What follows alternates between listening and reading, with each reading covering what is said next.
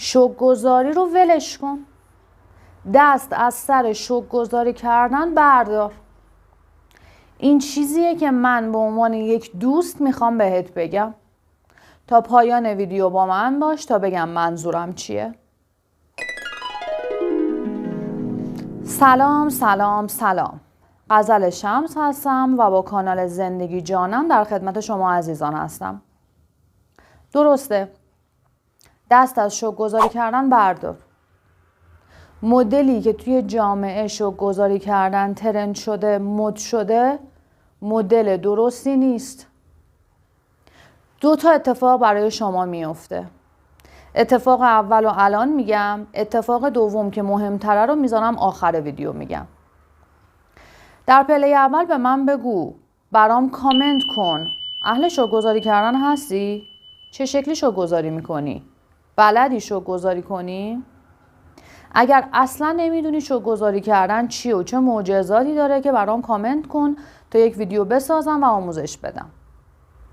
اما مسئله اصلی که تو این ویدیو میخوام بهش بپردازم اینه که بچه‌ها شکرگزاری کردن مدل داره، راه و روش داره. فلانی میگه من 300 بار نوشتم خدایا شکرت که معجزه وارد زندگی من شده، ولی هیچ اتفاقی نیفتاد. برو بابا، شکرگزاری الکیه. نه، شکرگزاری الکی نیست. همونطوری که قانون جذب الکی نیست. مثل آدمایی که میشینن تو خونه و هیچ کاری نمیکنن و هی تکنیک جذب میزنن. آره خوب نمیرسن. شاید مثلا به 1 میلیون برسه، یکی براش 1 میلیون کادو واریز کنه، ولی به بعدی نمیرسن. بعد شروع میکنن اشاعه دادن توی جامعه که اینا همه چرت و پرته، قانون جذب بی خوده، شکرگزاری الکیه. خب راهشو بلدین، بعد میگین الکیه؟ اولین چیزی که میخوام بهتون بگم اینه که شکرگزاری اگر حس و حالتون خوب باشه جواب میده. شکرگزاری اگر واقعا و از ته دل باشه جواب میده. اگر شما اینجوری افسرده اخم و تو هم هر رو بنویس خدایا شکرت معجزه وارد زندگی من شد، خدایا شکرت من سلامتم، اما تو ذهنتون من که سلامت نیستم، این همه من مریضم، این همه من فلان اتفاق برام میفته، ولی حالا داری مینویسی یا خدایا شکرت من اینقدر زندگیم خوبه و تو دلتون آه دارین میکشین که برو بابا این چه زندگی من دارم. اگر شکرگزاری حس و حالتون مثبت نباشه، انرژی واقعی همراش نباشه، انگار دارین دروغ میگین. چه دروغی بدتر از دروغ گفتن به خدا. اولین دلیلی که شکرگزاری هاتون مقبول درگاه حق واقع نمیشه یا اثری در کائنات نداره اینی که شما حس و حالتون درست نیست برای شکرگزاری کردن. اگر راست میگم و موافقی یه لایک بزن. دومی، مهمترین چیزی که در شکرگزاری مهمه عوض کردن زاویه دیدتونه عزیزای من.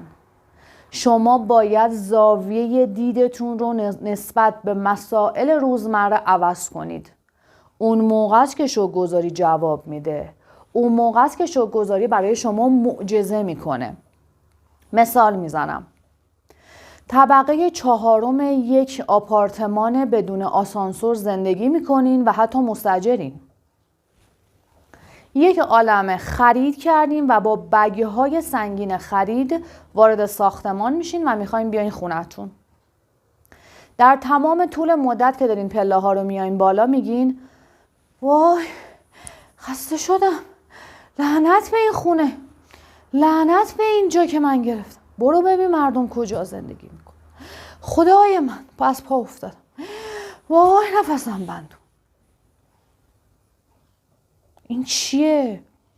شکر نعمت نعمتت افزون کند، کفر نعمت از کفت بیرون کند. سال دیگه صابخونه همین خونه هم بهت میگه نشین پاشو. نه، زاویه دیدتو عوض کن. وارد خونه که شدی و دیدی داری پله ها رو باید بری بالا، خیلی هم بگا سنگینه، هر پله ای که داری میری بالا میگی خدایا شکرت که اینقدر پاهام سالمه که میتونم پله ها رو به این محکمی و قدرتمندی برم بالا. خدایا شکرت که انقدر پول دارم که انقدر خرید کنم، مایحتاج بخرم، هرچی دوست دارم بخرم. خدایا شکرت که خونه دارم، سقف بالا سر دارم، انقدر خونم پر از آرامش، انقدر حالم توی خونه خوبه. و واقعا ببالین به این که پاهای سالمی دارین، ببالین به این که پول داشتین و تونستین خرید کنید. یه مثال دیگه میزنم. سالهاست ماشین دارین میرین میان، کیفشو میکنین، راحت عبور و مرور میکنین، از وسایل حمل و نقل عمومی استفاده نمیکنین، تو سرما و گرما ماشین زیر پاتونه میزنه و یه بار تو جاده تصادف میکنین، کنار جاده ایستادین تا پلیس بیاد کروکی بکشه، یا ماشین جمع شده داغون شده، یا ماشین یکم ضربه دیده، حالا یه خورده هم اینجا مثلا زخم شده خون اومد. به جای که گوشه خیابون وایسی، گوشه جاده وایسی، به زمین و زمان ناله کنی و بد و بیراه بگی این چه اتفاقی بود برای من افتاد، چرا من باید این طوری بشم، به ذهنتون میگه ساکت. کنترل ذهنتون رو دستتون بگیرین بچه‌ها. بگین خدایا شکرت که این ماشین سالها به من سواری‌های خوب داد. خدای شکرت که تو برف و بارون و گرما منو برد و اوورد. خدای شکرت که الان حالم خوبه، نمردم، پام نشکسته، قطع نخاع نشدم، یه ضربه خورده فدا سرم درستش میکنم. چطور اون زمانی که برف میومد داشتین از کنار خیابون با ماشین ویراژ میدادین، آدم‌ها اینجوری سرد توی ایستگاه اتوبوس وایساده بودن، نمیگفتین خدایا چرا من ماشین دارم، چرا من مثل ایشون زیر بارندگی نیستم؟ بچه‌ت مریض بیمارستانه، به جایی که گریه و زاری و ناله کنی و تو سرت بزنی که وای بچه من، چرا یکی دیگه نه چرا من، شکرگزاری کن. خدایا شکرت که پول داشتم بچه‌م آوردم بیمارستان. خدای شکرت که بچه‌م بیماری لاعلاج نداره. خدای شکرت که پول دارم براش دارو میخرم، ازش مراقبت میکنم. زاویه دیدتون رو عوض کنین. شکرگزاری براتون معجزه میکنه، به شرطی که از ته دل شکرگزاری کنید، به شرطی که واقعی شکرگزاری کنید، به شرطی که برای چیزهایی شکرگزاری کنید که واقعا در زندگیتون جریان داره، به شرطی که جلوی ناله و زاری رو بگیرین و به جا شکرگزاری کنید. اون وقت براتون معجزه میکنه. وقتی برای چیز انقدری شکرگزاری کنید، خدا خروار بهتون نعمت میده. ولی وقتی که برای مسقال ناله و زاری میکنید، خدا همونم میگیره. پس همیشه با حال خوب شکرگزاری خداوند رو انجام بدین.